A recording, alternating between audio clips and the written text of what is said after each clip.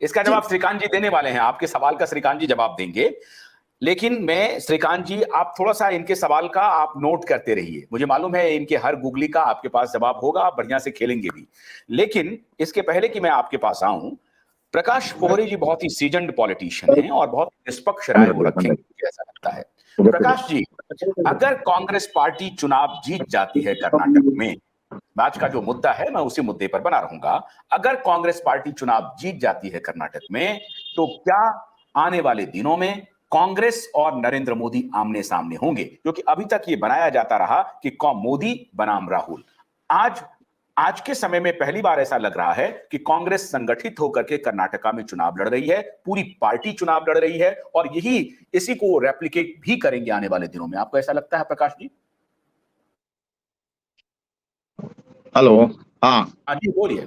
मैं सुन रहा था अभी नीलू जी की कुछ दलीलें मैं सुन रहा था, और मैं लॉजिकली उनको सपोर्ट भी करता हूं। और ये जो बात उन्होंने बोली है कि गोवा सरकार ने पेड हॉलीडे डिक्लेयर किया, हुई government of Goa to declare paid holiday, क्या संबंध आ रहा गोवा सरकार का? और ये एक तरीके से, अगर इस तरीके से नैरेटिव एक बार चालू हो गया, तो अभी इसके आगे हर इलेक्शन में बाकी के भी स्टेट्स को जाके इसी तरीके से करना पड़ेगा। और प्राइवेट लोग जो है, जो प्राइवेट एंटरप्रेन्योर्स है, वो व्हाई शुड दे? क्यों उन्होंने क्यों देना चाहिए? It's not possible. तो ये जो गलत तरीके ये अपनाए जा रहे हैं कि जिसकी कोई हद नहीं है। मैं आपको एक अकोले का उदाहरण देता हूं, मैं अकोला में रहता हूं। पिछले 4-5 दिनों से हमारे अकोला के अंदर एक शिव कथा पुराण चालू है, शिव कथा पुराण। तो शिव कथा पुराण के अंदर उन लोगों ने क्या किया है कि वो महाराज के सामने बैठने का जो डी है, उसके अंदर अगर आपको बैठना है तो 11,500 रुपए आपको देना पड़ेगा। हजारों लोगों ने 11,500 रुपए देके बैठे। फिर उसके पीछे बैठना है तो 7,500, उसके पीछे बैठना है तो 5,500, उसके पीछे बैठना है तो 3,000, 4,000, 1,000, इस तरीके से पैसे लिए गए हैं। मैं एक उसका अंदाज, और करीब करीब उसके अंदर रोज के 2 से 3 लाख लोग हाजिर हो रहे हैं, 2 से 3 लाख। और पैसा मैंने कैलकुलेट किया तो करीब करीब 40-50 करोड़ रुपया जमा किया है उस महाराज ने।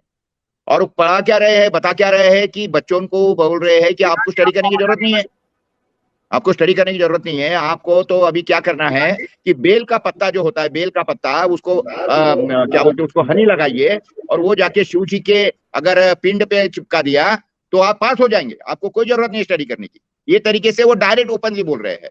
औरतों को बोल रहे हैं कि अगर आपने शिव जी के पिंड के ऊपर दूध चढ़ा दिया तो आपको कोई गायनिक प्रॉब्लम नहीं होगी, या और भी इसी तरीके से सारी बेवकूफी वाली बातें वो तो बता रहे हैं।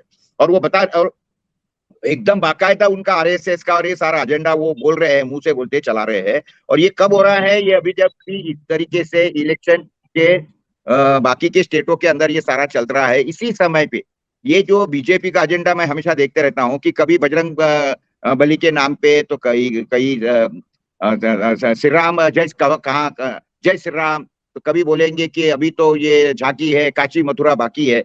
तो इसी तरीके से इस जो चल रहा है, क्या बोलेंगे, धर्मवाद के ऊपर और ये अननेसेसरीली अंधश्रद्धाओं के ऊपर, इनके पास में इसके सिवा कोई दूसरा एजेंडा नहीं है। क्योंकि जो मेन प्रश्न है जिसके ऊपर इन्होंने वादे किए थे, जिस मुद्दे के ऊपर ये सरकार में आए थे, जिस मुद्दे के ऊपर ये सरकार में आए थे, वो मुद्दे तो कहीं उनके दिखते नहीं है। आज देश के अंदर के जो भी सारे के सारे प्रॉब्लम पड़े हैं, जो बेरोजगारी के हैं, इन लोगों ने जो वादे किए थे, किसानों के बारे में जो वादे किए थे, और जिस तरीके से इनका यानी बेशर्मी की बातें चल रही है, किसान 13-13 महीने वहां बैठा रहा, 750 किसान मर गए। अभी जंतर मंतर के ऊपर इतने पहलवान बैठे, हमारे देश की बेटियां बैठी है।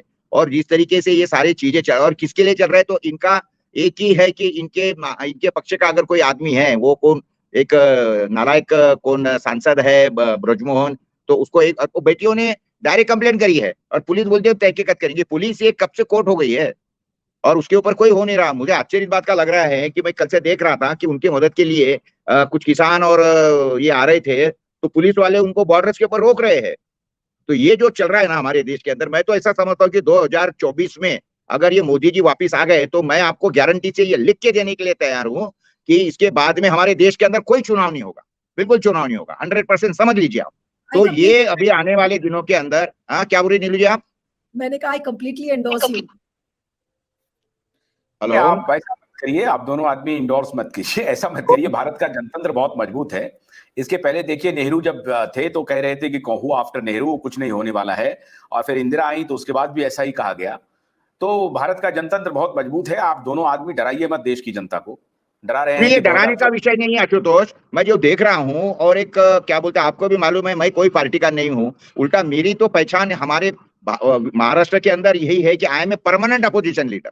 परमानेंट अपोजिशन, यही मेरी पहचान है। मैं कोई पॉलिटिकल पार्टी का नहीं हूँ। उल्टा जो बात ठीक पार्टी है। सत्ता में बैठती है मैं उसका उसका विश्लेषक हो जाता हूँ और देखते रहता हूँ क्या है, क्योंकि मेरी पार्टी तो किसानों की पार्टी है, दूसरी मेरी कोई पार्टी नहीं है। जहां जहां किसानों के ऊपर मैं अन्याय अत्याचार देखता हूँ मेरा खून खौल उठता है। तो ये तो सरकार ने जो कुछ किया है किसानों के लिए, जो बोल रही थी सरकार आई थी कि हम किसानों के दाम दुगने कर देंगे, तो इन्होंने किसानों के तो दाम दुगने नहीं किए हैं, लेकिन हाँ एक चीज जरूर दुगनी की है, वो है किसानों का खर्चा। खेती को लगने वाली हर चीज जो है, वो डीजल हो या फर्टिलाइजर हो या सीड हो या जो भी है या मजदूरी, सारे चीजों के अंदर इजाफा हो गया है, खर्चा बढ़ गया है, किसानों का दुगना हो गया है, लेकिन आमदनी कम हो गई है। पूरी की पूरी आमदनी कम हो गई, कोई चीज को पैसा नहीं, भाव नहीं है। हमारा सोयाबीन कोई भाव नहीं बिक रहा है। लास्ट ईयर कपास जो है 12,000 में बिकी थी, अभी 8,000 के ऊपर कपास नहीं जा रही है।